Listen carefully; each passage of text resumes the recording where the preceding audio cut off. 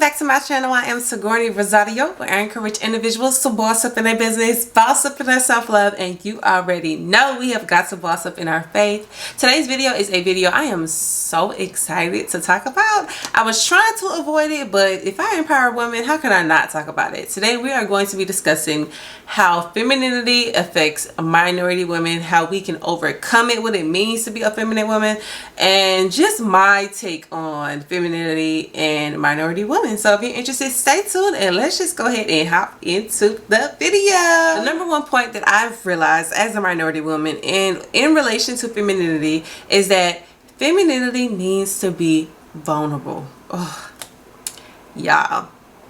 If you grew up in a household like I did, a lot of the things that were taught to us was, listen, what happens in this house stays in this house. When you are constantly hearing that growing up, it's very hard to open up to people. It's very difficult for you to really put yourself out there. And I know for me personally, like, people have told me, you're extremely private. You're a very private person. And I never had anything to hide from people. It's just growing up and always hearing what happens in this house stays in this house. What happens in this house stays in this house. In a sense, it kind of teaches you not to open up. And I'm still working through that and learning how to be vulnerable. But if you are trying to really boss up into your femininity journey, open up to people. Open up to people and really be vulnerable, especially when it comes down to a relationship. Now, you ain't out here telling all your business to everybody and anybody now, okay? We ain't out here just sharing stuff online. We ain't out here just telling our business to anybody and everybody. But when people have proven themselves to be trustworthy, when they are opening up to you, I think it's very important that you open up to them as well. Again, this is something I'm still struggling with, but I think it's important that you learn how to be vulnerable, opening up to people, letting them know your hurts, your pains, what they did to make you upset, you know, opening up that communication.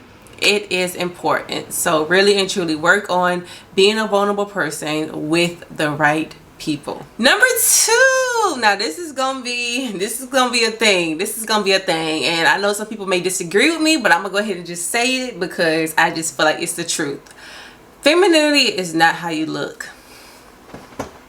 Every single video that I've seen when it comes down to femininity is talking about, oh, she has to talk soft. Oh my goodness, she has to have super, you know, polished look. She has to always wear pink. She always has to have her nails done, her feet done, her hair done. She needs to have a whole bunch of makeup on. She needs to wear high heels every single day, even if she's going to the grocery store, because she is a feminine woman. Like, that to me is crazy. I do not feel like that has anything to do with being a feminine woman. I know women who they don't know how to walk in heels. And so, sis, if you don't know how to walk in heels, we don't need you out here breaking your ankle out here trying to be a feminine woman. Like, just stop. It's okay. If you like heels and that's your thing, personally, it's my thing. I like wearing heels. Put on your heels, do your makeup, do your hair if that is your thing. But don't feel like you have to do that to attract a man. Don't feel like you have to be out here being all extra and knowing good well you can't walk in the heels and you just doing it just to be, you know, another woman. If you like sneakers, put on your sneakers. If you like, you know, flats, put on your flats. If you like sandals, put on your sandals. It's not about how you look. It's more about the energy, and it's more about the confidence that you feel. It's not about all the aesthetics. It's not about all the aesthetics. You can meet somebody who is polished, who is gorgeous, who has her stuff together, and then when you go over there and talk to her, she nasty and she stuck up. So it's not about all of the aesthetics. Femininity is from the inner beauty. It's from character. It's from really and truly tapping into that confident woman. So whatever you got on, whether it's a pair of Chuck Taylors, whether it's a pair of sneakers, whether it's a pair of heels, feel confident in what you are wearing, what you have on, how you are dressing, and dress for your body type. Number three, when it comes down to femininity, in my definition, I feel like a feminine woman is a nurturer. Now, this is something that comes natural to most women, and I don't think a lot of times we realize that it is natural to us, but it is a person who is a nurturer. So for example, if you see a little child running up to you, or he's waving at you, she's waving at you, naturally most people are going to wave back. It's going to be, you know, a nurturing person. If you see just somebody who's going through tough times, you're being there for them, you're being caring, you're helping them through that hard season of their life.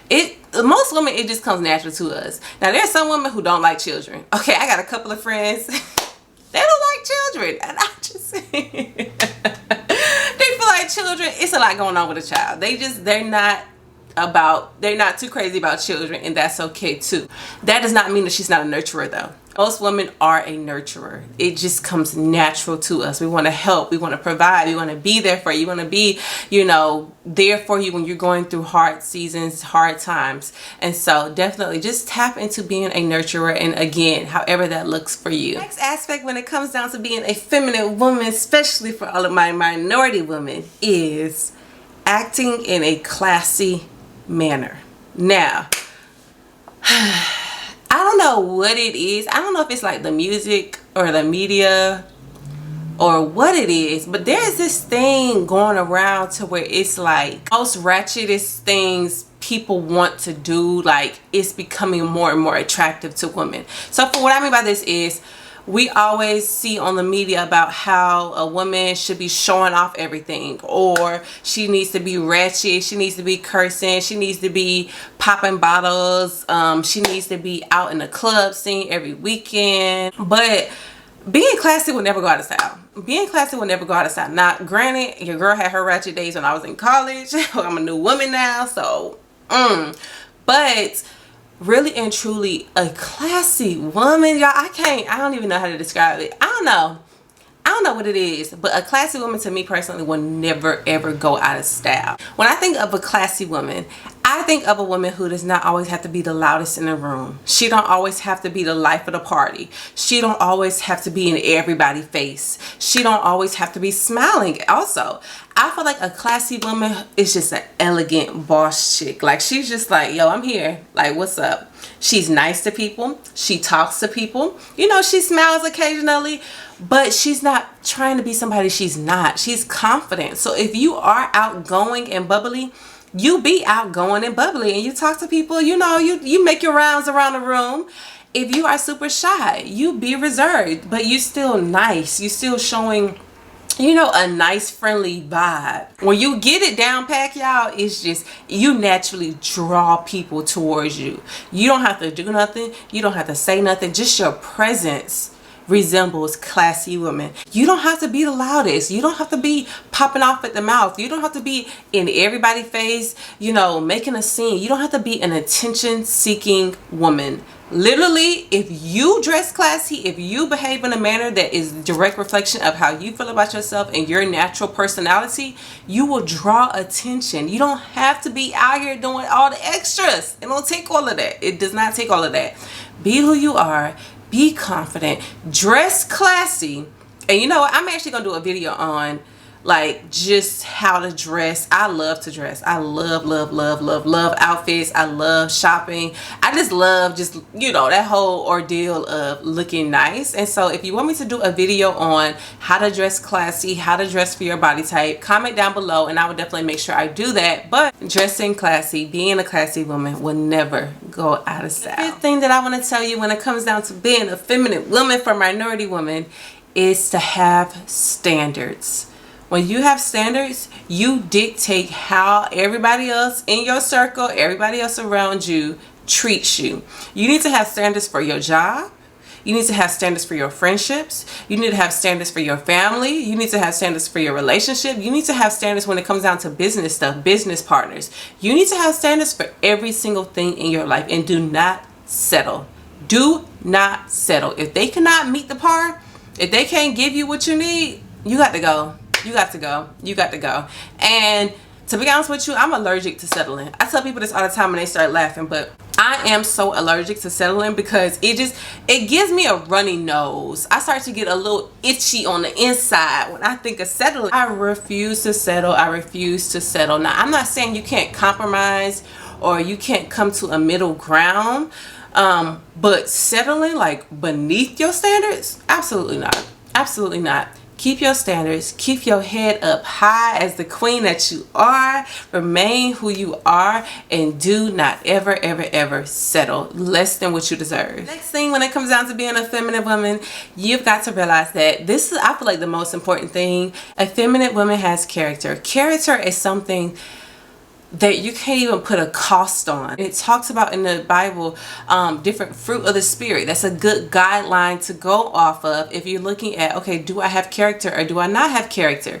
Character, it will get you so far in life, y'all. I'm telling you, there's been times to where somebody has said something to me at work, or somebody has said something nasty to me, and instead of just popping off, instead of just going off on the person, I was like, you know what, let me hold my peace, let me hold my composure. And come to find out, because I handled myself in that manner, like a day or two later, that person will apologize, or a day or two later they'll be like on the job, you know what, actually I am gonna give you this, actually I will award you with that. You know what I mean? So character will definitely pay off in the long run. But there is nothing like a woman of character. So many different examples of women in the Bible who have character.